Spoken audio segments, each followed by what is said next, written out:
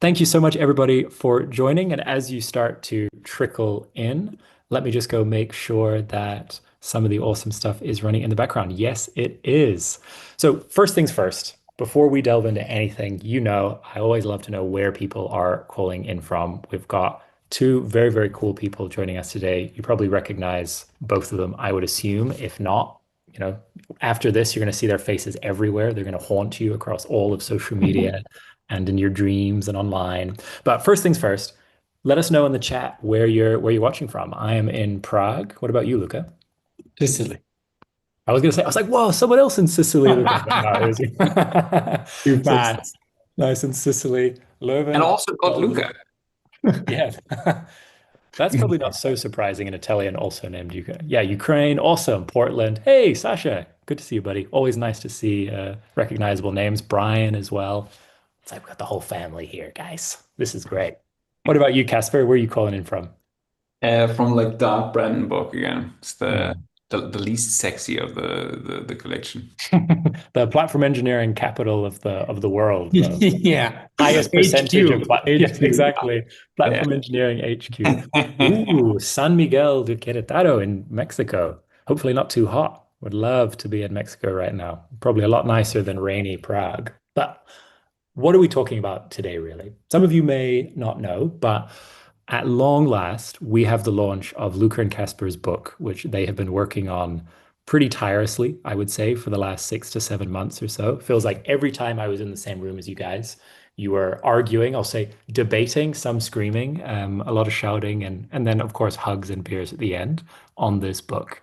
And I think we should really, yeah, there we go. He needs to get the beer out for that. Anything related to the book, we need to have a beer to soften things up. And for those of you who haven't read it yet, we'll of course send you an email right after this with everywhere you can find it and some maintenance stuff. This is of course recorded. We're streaming live to YouTube right now to the Platform Engineering YouTube channel. So you can find the recording there and you can share it with friends, family, send it to your parents. I think they'll really appreciate it. They'll learn a lot. Definitely colleagues, your boss, basically anyone and everyone. But enough on that. Let's zoom in straight onto talking about this book. And I think maybe for the one person here who doesn't know who you guys are yet. So who are you? Why are we talking to you? Why are you writing such an awesome book? Maybe Luca, we'll start with you. Yeah.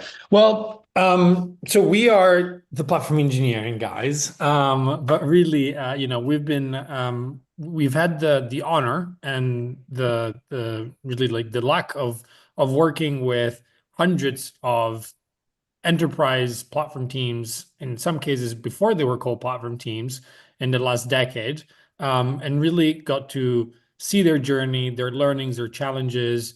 And we've learned a lot. We shared a lot with the community. The community has shared a lot back with us. And we wanted to kind of crystallize that in this book, which is really the sum of everything that we've learned, and that we believe can be a helpful playbook for people going forward, that want to learn about platform engineering and they want to apply platform engineering to different things, as we will talk about throughout the next hour. Nice. What about you, Casper? Yeah, I mean, like we've had this incredible pleasure of having a front row seat to the entire movement, really. The it we I remember this early conversation. We met Jason Warner in San Francisco, I think, and he was telling Luca and me, hey, I'm like now joining GitHub. We're building this internal Heroku on top of AWS, and they were building the first platforms internally. And they said there was no real name. Um, and for all of these things, and then sort of that movement started, and it was fantastic to be a part of it because so often, you'd sit in a room and say, like, "Okay, how do we call this? Let's call it an internal developer platform. How do we call this? Like, what's the job role? It's a platform engineer." And so, and then we started to do all of these webinars. And the first webinar, I remember, we had one person external joining, and then there was our CTO, and then one person externally left halfway. And so, we've come this long way, and now I read a stat that there are now 280,000 platform engineers out there. And it's really unfathomable how that has all happened. But because, for some strange reason of the universe, we were there for that entire development. And, we sat, Luke and I sat in a cab and say like, hey, let's think about like platform con. Why don't we do a party? Let's do House of Cube. And so all of these random things just happened. Um, but the actual, cool thing that comes with that is the benefit of seeing across all of those different setups, right? Like for most of my career, I was, sitting, I had sort of the platonic cave situation where you're sitting somewhere and then, it's sort of hard to generalize because, you're seeing one setup, you're seeing two setups.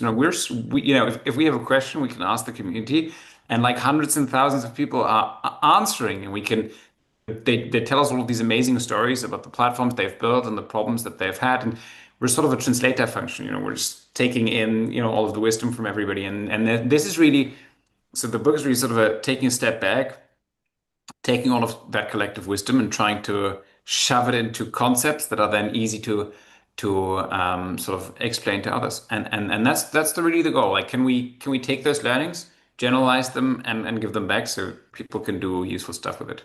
Well, I wonder, so let's zoom in on that for a little bit because, I've had the pleasure of not the front seat with you guys, but just behind being able to watch all the Pretty awesome stuff happening.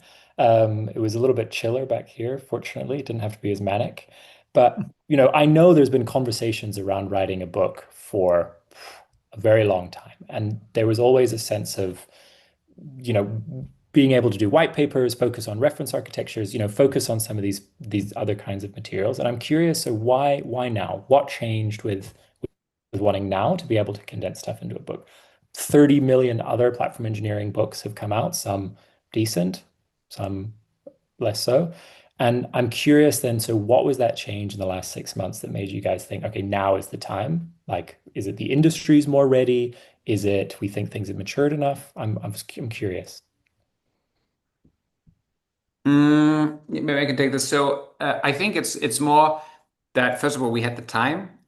We were pretty busy before, and so the second thing is like in order to explain these concepts in a simple way, you really need to understand them, and you need to see a sort of critical mass. Otherwise, we can play back really complex things, but then it's hard to generalize and apply them actually. And so it just felt like last year. It's not that we've learned enough, right? You never learn enough, but it sort of there was a critical point at which we were of the opinion that now you can actually do something that and I think, Luca, you always said that that really resonated with me is like something that can sustain for a longer time. Like we're living in a really rushed period, right? Like if we write something, we want to write it in a way where you'll be able to apply this in 5 years and in 10 years, and you'll look back and say, hey, this still makes sense. So it's timeless to a certain degree. I don't know, Luca, is Yeah, that yeah, so? yeah. And I think there were like a few things that converged as well. Like one is, for example, we have our platform engineering university that's now been live for over 2 years, and we've iterated a lot on these concepts, right? And we felt that a lot of these frameworks had been stress tested enough by literally thousands of students that got certified in the last couple of years and got to a place where now they were mature enough for us to commit to them, right? Because that to your point, Casper, right? Like these things, like in order for us to put them into a book, it's very different than putting them into a white paper or in a blog post that you update, or there's like the edition 2, volume 3, volume 4 coming out. The book, obviously there can be additions, but we want it to be at a level of maturity that was good enough. And I think we got there, and we had a lot of feedback that we got in there. The other piece was, I think, to your point, Sam, what you mentioned, there's a lot of other books, right, about platform engineering. But we felt that there was, a lot of them, frankly, tend to be quite technical, which are, which is great. If you are an engineer and really want to, get your hands dirty with code and stuff like that, that's fantastic. But, we've often talked about how really, the main thing about platform engineering, one of the key challenges that people don't really grasp, and one of the main reasons why so many platform engineering initiatives on the field fail is that people don't approach it as a socio-technical challenge, right? They really focus more on the technical bits, also because of, many of us are engineers and they start with that kind of like mindset, but it's really the social elements that, like getting user feedback, thinking of things as a product, getting support by your executives, all of these things, and like what are the frameworks to do that? Those are the things that ultimately often determine whether a platform initiative will succeed or not. And we felt there was a gap there in the thing that mattered most about platform engineering, and we kind of wanted to provide that. And then the last thing I think was really platform engineering hit this inflection point in the last 12 to 18 months where it's moved beyond the traditional DevX and infra focus within IT, and is quickly incorporating FinOps and observability and security, and all these other things are converging into this like unified platform layer. And even beyond that, and we'll unpack that more, but really, platform engineering is becoming ever more relevant in an AI first world, and we made it 11 minutes into this. I had to say it. And that's really but that's really one of the key reasons, right? Like AI is turbocharging the need for platform engineering, as we'll explain more. And so that was also, I think, a really good timing in that sense. Well, I could also, I mean, I can add on to this as a reader rather than but as someone who talks to an incredible amount of people about platform engineering, some very experienced, some, less so. I haven't really had an easy, like there has been no time easier than now for me to be able to explain some of the core concepts based on the book. So, some applause really for that. And, this is something that was hard, I think, for people years ago. The amount of times we got pinged saying, or I got pinged, hey, how do I explain to my boss, what platform engineering really is and beneficial? And now I would just say, well, here you go. Here's copy and paste from the book. And I think that really is a credit. I think that is something. It shows the maturity of the industry, but also, really the accumulated work in there. And I want to really start with one of the things that stuck out the most to me in helping with this framing was the production model one. I mean, I even, while watching a TV show on HBO, I was like, oh my God, this is, these are the production models from the book. Like we're talking that level of being able to connect stuff to it, which I think is really powerful. So like Kaspar, could you kind of walk us through this idea of platform engineering as a production system, some of these kind of production systems that you talked about in the book and how they kind of intersect and change? I think you also have there's a fantastic diagram that shows some of this as well, if you want to share it as well at some point. Sure. Yeah, for sure. Yeah. Yeah. So let's maybe actually do that. If you think about actually any type of production, right? If we think about production, we often think about like hardware manufacturing, right? Like if you and there are a lot of parallels. If you just go back and we do this in the book, we give a couple of examples. You go back into 1903 in Detroit. You have these workshops, and in each workshops you have a couple of guys. You have a main guy that is sort of assembling that car. And then in 1906, a guy called Henry Ford that we all know comes in and says like, hey, the actual thing that we have to do is like not so much about like how do we optimize the car. It's like let's take a step back and think about can we treat the way we're building that car as a product? And sort of the way we're building that car are the procedures, it's the production line, all those different things. And if we do this right, we are moving it from the sort of production system we have right now, back then in Detroit, 1903, which we now refer to as an artisanal production system, and we're moving that into what we call a platform-based production system. Is like it's very structured. I'm treating sort of the factory line as a product, and I'm iterating through this and getting better and better. So that's the immediate reaction that most people have is like, you can't treat knowledge work like factory work. And so what that implies is like, hey, you don't want to have a situation where sort of the knowledge worker stops work, sort of stops thinking, because that's the actual idea of knowledge work, right? You'd be contradicting yourself. And that's obviously not what we mean, but like production systems also appear in knowledge work. Sort of knowledge work rising throughout the industrialization then. And if you look at it, and that's why it's actually sort of a fascinating thing. You read through this, and then you look at your own organization. You see these types of production systems pop up all over. You see in pretty much every knowledge work setup, be it software, be it like how is a medical station running, how is a marketing team running. It doesn't really matter. You see these types of production systems, and if you zoom in a little more, you can differentiate between an artisanal one, which is sort of about informal coordination. Responsibilities are a little diffuse. It's very negotiation driven, which comes with its upsides and downsides. And maybe Luca, you can talk about the cost that produces in just a second. You have hero-based production systems, very dependent on one person. Luca is always telling our epiphanic moment where we have the situation of like a software engineer that owns a lot of our deployment logic in one of the companies that we built, and then came to us and said like, "Hey guys, please double my salary, otherwise I'll leave." And we go to the CTO and say like, "Hey, he's threatening to leave and wants double the salary. Like, why the fuck should we do that?" And the CTO says like, "Yeah, well, if we don't do that, like we won't be able to deploy. We double the salary. He leaves anyways. Huge disaster. We lose a ton of revenue."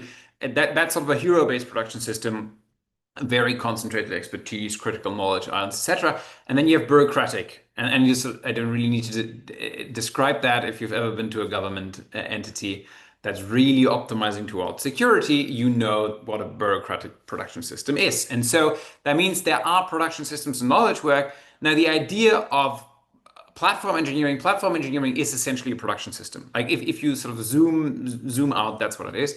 And this is about like deliberate design, clear interfaces, clear ownership, and the idea of treating that production line, if you want, as a product. Well, the problem with platform-based production systems in knowledge work is that you need to be incredibly careful. Luca, you've been mentioning this because it's a socio-technical problem. Like you want to standardize and structure, but under no circumstances do you want to take the freedom of the outcome away, right? The knowledge worker should be in the full control of what they're actually building. And this becomes more and more important if we now zoom into the AI world. And Luca, maybe you can shed a little bit of light on the cost that this produces, because I think that's one of the most fascinating components here.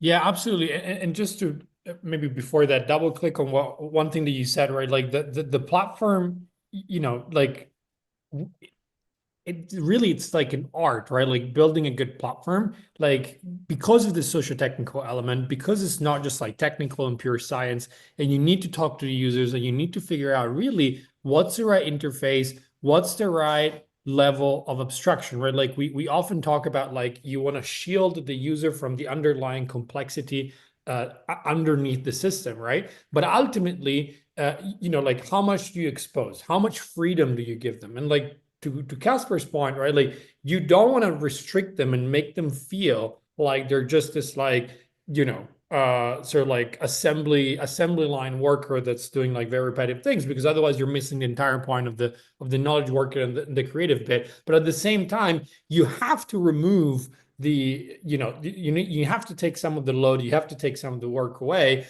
And that's, there's a whole a chapter section in the book that's really about like platform as a product and how to think about golden paths, right? And we'll unpack the concept of path later too, but like how do you find the right level of abstraction, right? So that you are empowering the user without and giving them all the right context to do their job creatively, but taking all the load away, right? And that's ultimately what a platform-based production system does, which is why it hits across all these dimensions that you see here, right? Oh, okay. There's a poll that I can't answer, but for everyone else, please do answer, because it is quite interesting. And to Sam's point, I think it's very easy, I think, to kind of like identify how we operate normally, or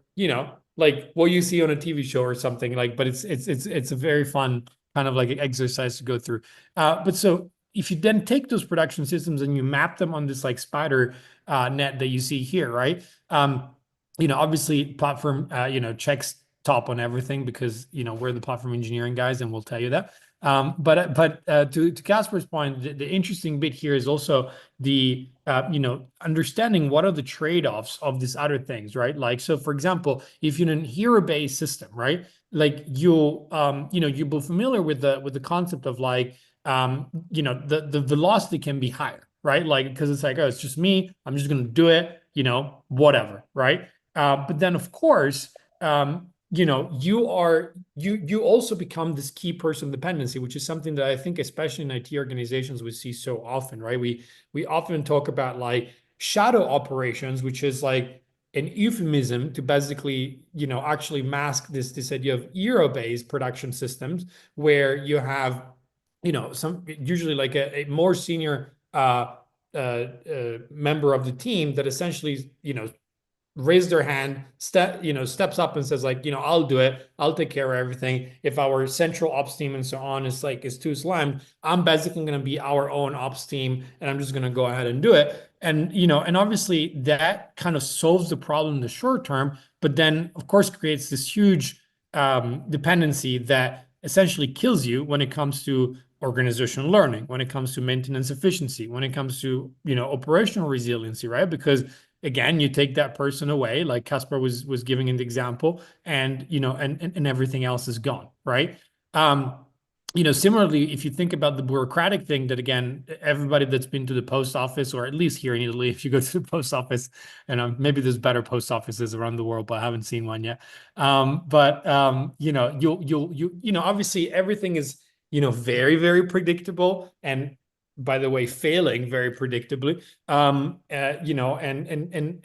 there's a constant, like I would say a compounding cover your ass policy, right? Which again is something that we see a lot in large organizations, large enterprises, is a very natural political reaction of human beings where it's like, well, why would I risk so much for this? Why would I risk my next promotion? Why would I risk the next thing? And so that creates a very secure, very safety-driven environment, which of course, has a 0 score on delivery velocity, or actually on how you incentivize different people. And finally, I think the artisanal element is something that's interesting to explore because it actually is the one where you can also draw an interesting historical parallel, like Kaspar was mentioning, right? Like if you think about like how a car or even like how a chair is produced by a like a carpenter versus IKEA. I'm assembling my new house here, so I'm very like IKEA driven at the moment. And like if you think about that two worlds is really like a crazy difference of like the artisanal approach is of course like let me craft something that's special, let me craft something that's unique, but every chair is going to be different and it might be hard to reuse the same even the same screws across one chair to the next because maybe the holes are like larger than the other one and so on, right? And so obviously that's where you hit huge constraints when it comes to scalability, when it comes to repeatability, and when it comes to predictable outcome, right? Whereas, of course, with IKEA, as we all know, once you figured out the first round of instructions, then you can just like boom, just like turn these things out really quickly. So really a platform-based production system essentially is trying to remove these flaws of this different 3 other systems that we talked about and taking the best of each and then maximizing it through the platform, which is really ultimately what gives you the best return from an organizational standpoint. I'll just point out one great little message in the chat from our friend Jay. Nice to see you, Jay. Always a pleasure to see you. Hey, Jay, shout out. Because one thing that isn't, very well reflected in a poll like this is the way that, of course, an organization will have many different production systems and will have production systems that are used to resolve other ones. For example, the pattern that I saw was the way that in a bureaucratic production system, individual heroes will try and make up for its flaws. That was the thing that really was a resonator for me. I used to work at a company so big they didn't even know how many employees they had. And everyone individually was becoming a hero to make up for the bureaucratic. And I think that framing in the book was a really powerful one. And what Jay talks about here in his message is that different organizations or different departments within the organization will have different production systems.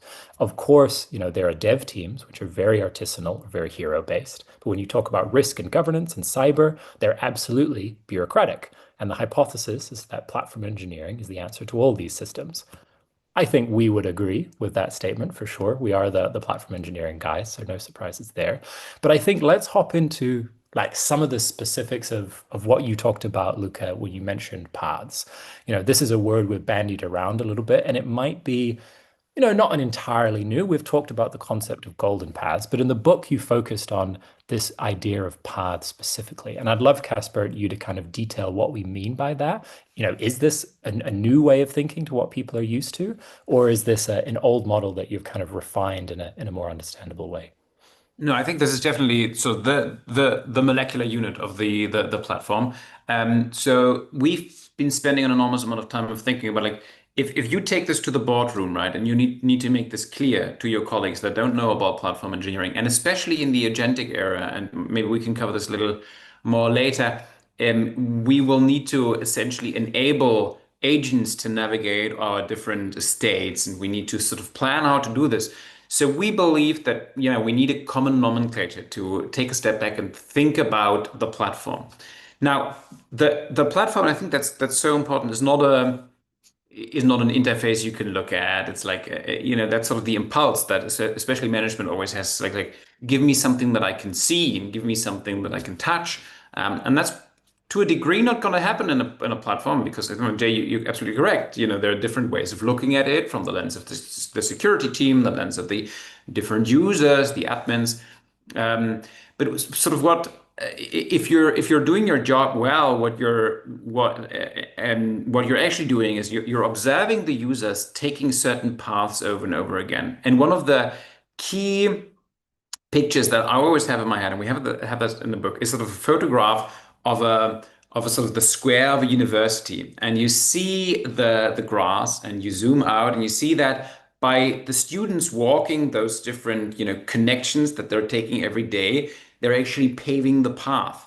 And then some clever person in the admin team of the university then says like, okay, well, this path it has been walked so often, we can now actually put concrete on it and make it easier to walk every day. Now, that's sort of the idea of Charity Majors, right? And she writes this in a blog post. And if you don't follow Charity, is a fantastic thinker in our space. And she coins that idea of the golden path. And that's really important. If we want to sort of bridge that problem between standardization and freedom, which is exactly the thing, like you cannot build a factory for knowledge workers by definition, right? Like you want to standardize freedom of means. You don't want to standardize freedom of output. That's a very, very important differentiation, one of the sort of misconceptions in the book. So if the molecular unit of the platform is the path, then by definition, a platform is nothing else but the combination of paths that lead to a certain outcome. And so we are introducing something that we call the paths to outcome model. And a path can essentially be shown in such a diagram. So the path allows users to essentially get something from my production system, right? Like I have an intent and the path is serving that intent for me. And then I can queue those paths and it will help me achieve an outcome for the business. That's a very important differentiation. So the path gives me something. Many paths provide an outcome. And so if we look at the path, then a path has an input, right? And let's be more, applied. In software, a path would be, I'm a developer and I need a database because I now want to develop this thing. And so my input will be, give me a Postgres database. Give me a Postgres database. I need a small Postgres database. And then that's the input. I'm consuming that through an interface. This sets the right incentive because it's already signaling, hey, you can have many different interfaces to a platform. The platform then needs to have a capability to serve that intent, right? I'm somehow need to have a vending machine to create a Postgres database, and that then provides the output. And so that's the most molecular unit of the path to outcome model that we're seeing here. That's serving one intent. And to a certain degree, the job of the platform engineering team is to understand what are those paths that my users are walking over and over again. And once I've identified that, how do I build that in a way that it's like easing into the workflow of the user? So I have a high acceptance rate, like I don't reinvent the wheel, I don't break their workflow. How do I build that in a way where the path is providing what I need at the time when I need this? And so the capability is the capability is forever. The underlying tools, and by definition, we've now very heavily differentiated this. By definition, the underlying tools might vary. Like the configuration for that database might today be done by Terraform, but there's this new hipster colleague joining and is bringing upbound crossplane, and then that might change. But the capability promise of like the path will give me a database stays the same. Then I'm receiving an output and forwarding that to the next step in the process. So the combination then allows us to map out how a platform actually looks, and you can take that to the boardroom, and it hopefully still works. Amazing. I think a pretty detailed breakdown, really. I mean, I don't think you realize, Casper, you didn't watch our observability one, did you? If you're so detailed, we won't get questions at the end. So you need to be vague. You need to be vaguer and less clear. So gonna warn you now on that. And Yeah. for anyone who does have some questions, of course, I'm just joking. So feel free to share them in the Q&A. I think that one of the interesting things to sneak on that we've touched on in lots of this, you guys have done lots of little hints around kind of the beyond IT point. Of course, we're all in IT. That's kind of what we live and breathe. But really, when you look at this model, I mean, it doesn't say get an S3 bucket, it doesn't say a database. So there's kind of an implicit idea that this might work beyond IT. And I'm kind of curious, Luca, that is a big part of the book and where some of that comes from. I'd love to hear a bit more about that. Yeah, absolutely. And, I think we've seen this before, right? Where certain things like Agile, Scrum, other things like have originated in the depth of IT organizations and then have moved into like broader domains, right? And we believe, again, accelerated by AI and the need for agentic deployment, especially definitely in enterprise, but also like in any other type of organization. Platform engineering and the need for platforms is exploding, right? And the way I like to frame it is like I think at this point everyone here on this call is familiar with the idea of like hey, yeah, I've seen like an impressive day zero, day one demo of some agentic, some AI use case, right? Whether it's applied again to development or marketing or legal or whatever. But then I think we've all also increasingly, unfortunately, familiar with like hitting that wall of, okay, well, that was a cute demo. That's, it's fun. Like I can see the potential. Everyone gets excited in the room. Now, how do I actually make it day 100 ready? How do I make it production ready? How do I make it enterprise grade so that it follows, and you see here at the bottom, policies and, governance and best practices and all of these things that you need to do. And the answer is, well, it's a well-designed platform. Like that's what you need. You need somebody that essentially builds the guardrails, to Casper's point, builds the paved roads and the golden paths and allows you to standardize that behavior, that cute demo, into something that's actually that can drive automation, that can drive standardization, that can drive governance by design across the different workflows and across the different teams that are going to be touched by it, right? This is the key point of platform engineering. And And this is ultimately why platform engineers are becoming the core, one of the, really like most important roles in the modern enterprise. And it's something that we're seeing firsthand on the field, where platform teams are getting increasingly more and more inbound requests from other teams, other functions, other business units within the enterprise, where they're like, hey, again, like I've done, like I'm past the cute demo stage. Now I want to make this like actually reliable and scalable. Can you help me?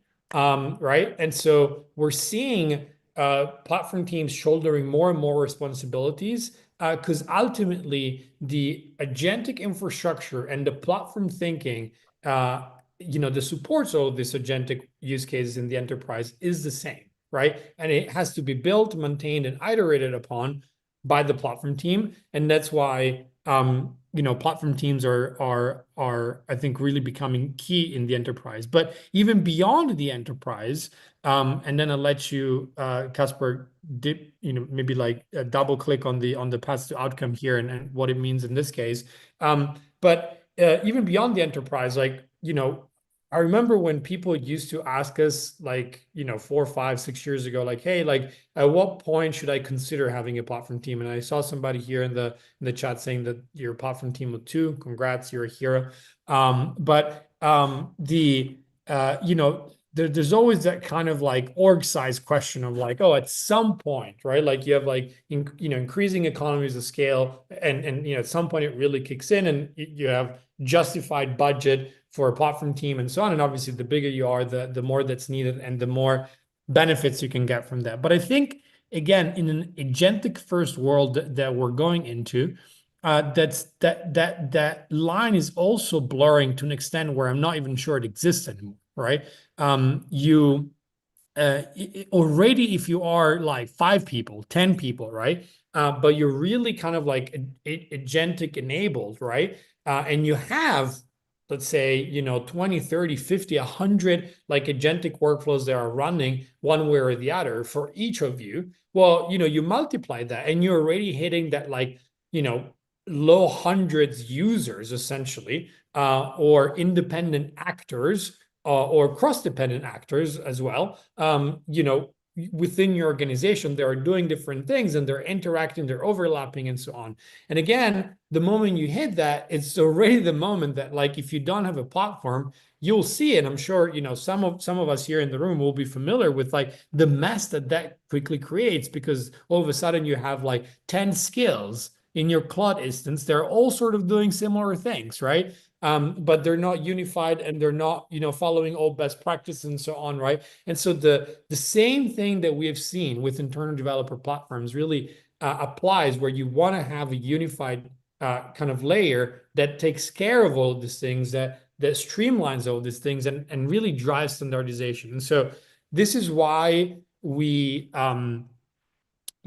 I think the book is quite timely in how it can really become a playbook for people and organizations of all sizes going into an agent first world.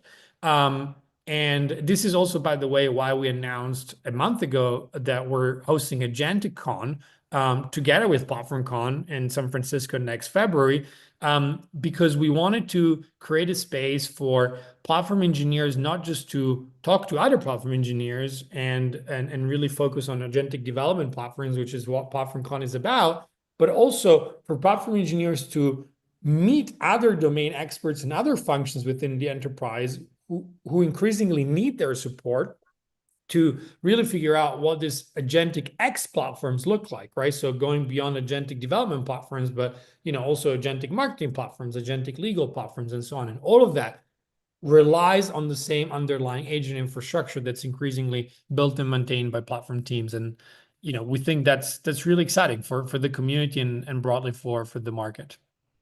Kaspar, maybe you want to add a little bit of how that ties into the path to outcome. Yeah, exactly. So, and I think that's very timely. Like, if you think about sort of the molecular unit, which is the path here, right? Then what you said is 2 things exactly spot on here. Number one, you have the situation that you now have agents as users. But agents need a very, very clear path through your estate. They need to understand where the context is. They need to understand what capability to invoke. They need certain interfaces that are that they can call. Things have to be behind well documented, authentication ready APIs. And second, you now have these situations where many different functions are actually pulling from your platform. The agents have to run somewhere. You just said that the people running that infrastructure will very likely, and we're seeing that in reality, be the platform teams. Now, the path to outcome model is essentially so the collection, taking the collection of that of those paths. We're seeing here like one value stream, and we've deliberately taken an example from non-IT world to make that obvious. So here we have the value stream of a human or an agent workflow that turns an idea of a content piece into a published distributed search engine article. That is the stream of value that leads to a business outcome. The business outcome is search, visibility, traffic, engagement, pipeline impact, all of those things, right? So we're taking I have a path that gives me something and serves one of my intents. The collection of paths actually lead to a business outcome. And so that means the platform can actually be visualized as this model here. This is what we call the paths to outcome model, the queuing of several paths that are invoked by the user on their way of getting their business outcome. So at the beginning, I need a content brief, and I'll do this in a certain way. There's a capability taking care of this. And I have policy and state mechanisms. A platform has a state. I know what's happening where, and that is locked. It's serving my policy. If you have lots of funny people on LinkedIn now talking about loop engineering, it's nothing else but like something is hitting a policy and the definition of done is not met, and we're essentially looping that back. And we're giving it another go, right? So this is a good way of now conceptually thinking, hey, how do we actually get all of those different things? What are the repeatable bits that my knowledge workers actually need? And how do I then do this or clean this and essentially structure and standardize this without getting in their way? You can have one interface, you can have many interfaces, etc. So I think it's sort of and we hope it serves as a really powerful way of getting all of your teams aligned and thinking about like what are those paths that we should work on. So we have this now internally. We literally have a product management Jira instance where we say, okay, how are we doing on this path? How are we doing on that path? Which path is in what situation? And we think about all of the different divisions that we run as, platform based. We're building platform by platform for the different things. Now, in the world of IT, this would obviously be, how do I now, get my database? How do I get my ephemeral environment? How do I deploy to the next environment? How do I do pull reviews? All of those different things are paths. The fascinating bit, if you then think about the world being a collection of paths, you're realizing that in any given function, there are n paths, right? There is not. So, and that's one of the big revelations that people think that their setup is super complex, but the reason why they think this is because of the power of combinatorics, right? So, in reality, the path of I need a database can be a couple kinds of databases, can be a couple sizes of databases, but that's already like sort of a factoring from a mathematical perspective. So we think like, hey, there's a lot of paths. Not true. This is one path. A path is I need a database. That path accepts a couple different inputs. So that means, looking at this at scale, in a software world, you can maybe think of 20 paths or 25 paths. It makes the whole problem a lot better to actually now digest and understand. And I can say, okay, today let me survey my users to understand, where are they actually walking? What are the things that we should systematically turn into a path? Let me do a first take on a path, see how this is working. All of that idea of, the platform engineering playbook, which is what the third part of the book is about. And that really bleeds into what I kind of wanted to close us out here in talking about was, of course, where do you begin with something like this? I think you've just done a good job of, and the book does a really good job of saying, hey, this isn't this absolutely gigantic, massive problem. We can zoom in. And, this MVP concept, which has seen a lot of success over the last years and is reflected in the book, where would your advice be for someone to start here? Maybe, I mean, I suppose it's Wednesday today, so where can they start on Friday? I'll give them tomorrow to think about what they've heard from you. What could someone start on Friday when they start to think about this new model? Yeah, I think it's how, not where, maybe to start, which is like starting small, is always like the answer. But I think and I'll unpack that in a second. But I think in general, like building on top of what Caspar was just saying, like part three really is where we packed everything we've learned. All the frameworks, all the like actual like really like pragmatic hands-on advice and frameworks, and really just stuff that you can take and go use tomorrow or Friday to follow some. And that is, it's also that section of the book, like really like the rest of the book as well. But that section, I think, especially is really designed, again, following our own principles to be as self-serviceable as possible. And so, like wherever you are on your platform engineering journey, whether you're starting, whether you are, already running a mature platform engineering organization like Jay in the chat, shout out, or somewhere in the middle, right?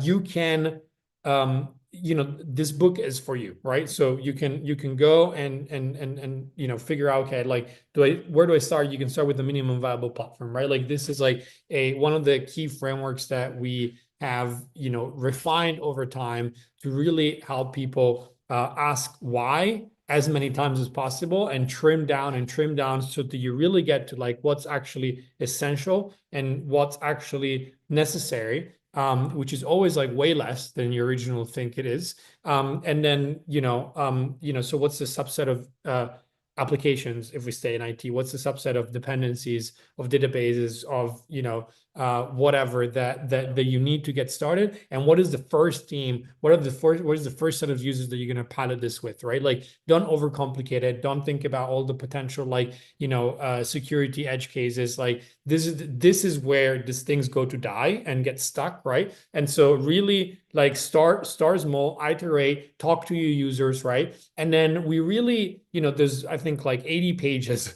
on part three that's really like taking you step by step from the minimum viable platform framework to how do you get this to a level that's like what we would call production readiness, right? And then finally, how do you scale it to full enterprise adoption, which is ultimately how you also know that you're doing something right? Like if you're one of the key sort of like guides in all of this is like, well, if you're getting user adoptions, right, like that is the best kind of metric that you can optimize for.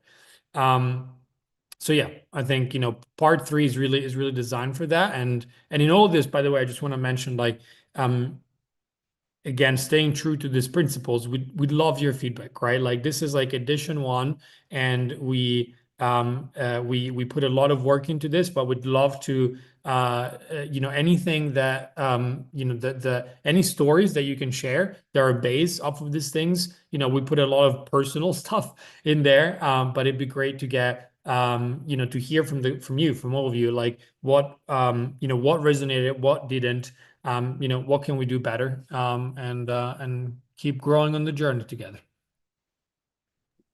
What a beautiful sentiment as we go into some Q&A. So first we'll take some questions from you guys. And for sure, definitely something for really to think about, I guess, as we go through this is, in your own experience as you're reading the book, that is something that definitely should be shared as well, because all organizations cover some similar characteristics, but at the end of the day, you might face an interesting challenge or unique way of thinking. And the only way platform engineering within your own organization, but also as a discipline and also as a community can grow and continue to mature, is if we share all that stuff with each other. And plus, we're greedy nerds, so we want you to tell us. We want to absorb all the knowledge we can. So on to some of the awesome questions and the statements. I'll start with a great one from Jay. The input and separation from the capability was a great concept as well. I was just talking to my team about how it isn't about whether ServiceNow or Cortex was the right input to execute a capability of setting up a skeleton for leveraging our TFV for an existing product. My argument for the team was simply both. It isn't about the tech or capability. It was about the users. Our solutions engineers are already used to walking the ServiceNow path. Our developers have never before been able to directly do such a thing until now by our introduction of Cortex. Same capability, two different inputs that end up with the same results where they can use TFE going forward. So for all the many of you watching in the future, you can be grateful that I read out that very awesome comment for you. But on to some of the questions. First one from Ryan McAllister. Will there be an audiobook? It'll be fun, yeah. Kaspar and I can't wait to sit next to each other for hours, reading our own voices to one another. So yes, definitely. We should definitely film that because I think that material will be entertaining enough.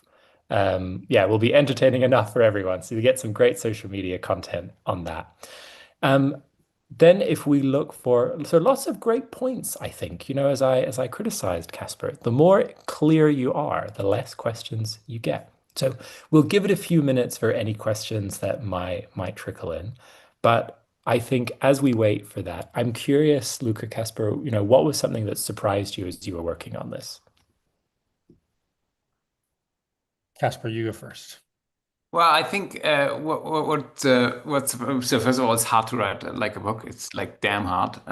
It was a excruciating experience to be honest, because we read. I think it's hard to imagine how often we rewrote some of the parts. I think like especially part two was rewritten at least 5 times from scratch, and let's just say this is one of the last pre-AI books, right? Yeah, exactly. Human written, every word of it. Exactly. So yeah, that makes it a lot more draining. So, I think the second thing is that it was reasonably easy to propose like a first idea of the path to outcome model, for instance. Like we had that in sort of week 2. I had this terrible idea of calling it the pasta factory, which Luca absolutely hated for racial profiling and stereotypes about Italians, and so we left that out. But until it was as easy as it is right now, and in itself it sort of structurally makes sense, right? It really went through weeks and weeks and weeks of iterations. On that model, and then stress tested and used in actual cases and applied and reviewed. It was literally like 2-3 months, and now you look at this thing and it's like, this sounds so simple, and it is very simple. But sort of the power is in the simplicity and that it's stripped down, and we've tried to make it as few components as possible. And so like I'm super excited to see like how are people using it? Will that actually be something that serves them, right? So that's something that I'm sort of anxious. It really serves us as we're helping others, but like that's always the lackmus test, so to speak, is always is whether people can adopt this and it actually makes sense. And I think tying into what you said at the beginning, the industry and the discipline are only really mature enough now that you can talk about them simply. We've reached a level where you can put things in a book and you can talk about it simply, which I think was really, I think, the perfect moment for it. And to go into just some quick questions before we say thank you and goodbye. So Ryan McAllister asks, so how small is too small for a platform team? I mean, it's what I was saying earlier. Like, I think like if you'd asked us like a couple years ago, I think our rule of thumb was about like 100 developers when we were talking about internal developer platforms, right? That's when we organically saw between 50 and 100 developers is usually when we organically saw platform teams slash initiatives organically form, right? And there was this beautiful quote of like, hey, if you don't build your platform, it will build itself, right? So like there's just that like sort of critical organizational mass where that starts happening. But like I was saying earlier, I think that threshold is blurred to a point that's basically gone, I think, at this point. I think like anybody essentially that wants to do things in a repeatable, scalable way will benefit from applying platform engineering principles to what they do, right? Even if it's like a 2, 3 people team. Then of course, like we said, you have economies of scale, and then like, a team, I guess, really depends on your business and like what's the ROI essentially that justifies that type of investment. But I think if I would just tweak that question that has always been around like team versus org size, and really like reframe it around like at what point do you benefit from applying these principles, which is really also what the book tries to be about in part. And I think the answer is like very, very early on. And I know we've just got a very short amount of time here. One thing I do have to say, I love when people quote themselves and say beautiful quote. Spoilers for you, that was a Luca quote from a few years ago. It was a beautiful quote. And on Priyanka and Koen's point, this is absolutely what the book is about. So in asking about, the challenges of trying to bring a platform operating model into an enterprise, this is exactly what the book is serving. Luca and Kaspar have done this work across, I don't even know, hundreds and hundreds of platforms at this point. So hopefully it should be very helpful for that. And as a very closing question from Jay, were the marketing campaign and healthcare examples an indication that you folks are thinking of taking platform engineering beyond internal developer platforms? I think this gives us too much credit that we are able to do this.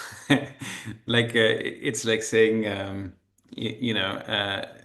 person B is responsible for the prefrontal cortex of their child to be particularly large. The So I think what we're seeing, that's very kind, Jay. No, but what we're seeing is actually that this is happening. So, and throughout the last years, we've essentially taken stuff in and then, shouted it out. We are sort of like a specific version of an AI model that's trying to make sense of the noise. And we're seeing that this is happening. So we're seeing these two things. Number one, and that's something that we're convinced of. Platform engineers are going to build the agentic foundation for all of the other teams, which is why we're seeing this incredible demand. Like there's essentially no job role that is in higher demand. Like if you want to have job security, and I literally just got a text from somebody who just finished their studies in IT, asking me like, hey, like what should I do now? Can you help me?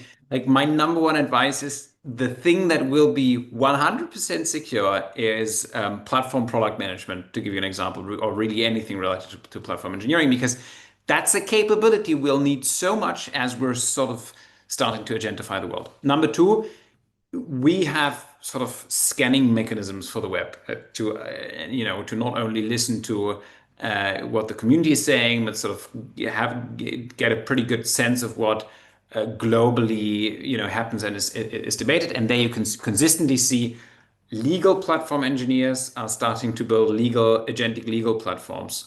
Sales platform engineers are building agentic sales platforms. So it's like we are IT guys, we are software guys.